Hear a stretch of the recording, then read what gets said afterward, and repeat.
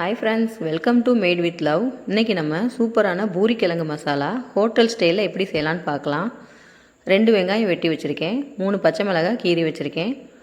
அப்புறம் பொரிகளில் பெருஞ்சீரகம் நல்லா பவுட்ரு பண்ணுறதுக்காக மிக்சி ஜாரில் எடுத்து வச்சுருக்கேன். கடலைப்பருப்பு கருவேப்பிலை தாளிக்கிறதுக்கு.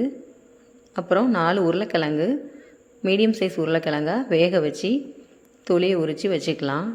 தொலியை உரிச்சிட்டு நல்லா மசிச்சு வச்சுக்கலாம். நம்ம அடுப்பில் கடாய் வச்சுட்டு எண்ணெய் ஊற்றிக்கலாம்.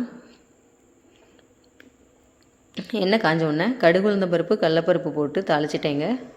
அப்புறம் 2 வெங்காயம் போட்டு வதக்கிக்கிடுவோம். 3 பச்சை மிளகாவை நான் கீரி போட்டிருக்கேன். இந்த மிளகாவில் காரம் அவ்வளோவா இல்லை, அதனால் கீரி போட்டிருக்கேன். இப்போ உப்பு சேர்த்துக்கிறேன். நம்மளுக்கு மிளகாவோட காரம் மட்டும்தாங்கிறதுனால பார்த்து சேர்த்துக்கோங்க. வெங்காயம் வதங்கிக்கிட்டு இருக்கட்டும்.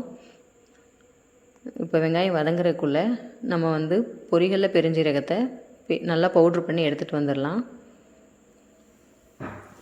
இதுக்கு நம்ம வெங்காயம் ரொம்ப வதங்கணும்னு அவசியம் இல்லை. கண்ணாடி பதத்துக்கு வதங்கின உடனே மஞ்சத்தூள் சேர்த்துக்கலாங்க.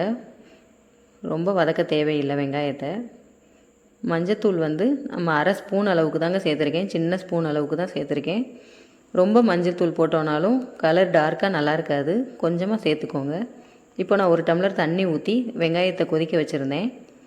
அப்புறமா பொரிகளில் பெருஞ்சீரகம் அரைச்ச பவுட்ரையும் தண்ணியில் மிக்ஸ் பண்ணி அதையும் சேர்த்து நல்லா கொதிக்க விட்டுறணும்.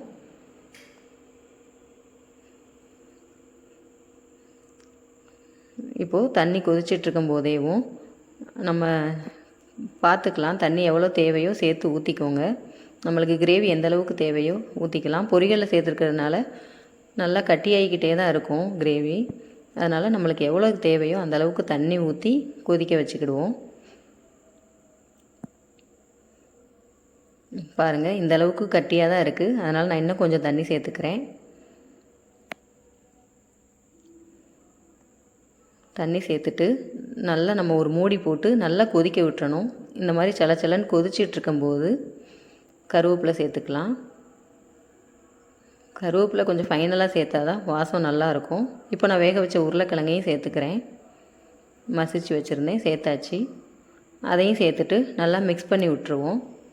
மிக்ஸ் பண்ணிவிட்டு நம்மளுக்கு அந்த உருளைக்கிழங்குல இந்த கிரேவியோட இதெல்லாம் இறங்கணும்ல, அதனால் மறுபடியும் நம்ம நல்லா மூடி போட்டு ஒரு 5 நிமிஷம் நல்லா கொதிக்க விடணும். சிம்மிலேயே வச்சு கொதிக்க விடணுங்க. மூடி போட்டு கொதிக்க வச்சாதான் நம்மளுக்கு நல்லா வெந்து வரும்.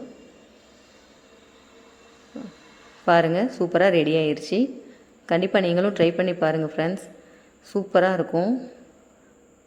இந்த ரெசிபி உங்களுக்கு பிடிச்சிருந்தா மேட் வித் லவ் சேனலை லைக் பண்ணுங்கள், ஷேர் பண்ணுங்கள், கமெண்ட் பண்ணுங்கள், மறக்காமல் சப்ஸ்கிரைப் பண்ணுங்கள் ஃப்ரெண்ட்ஸ். தேங்க்யூ.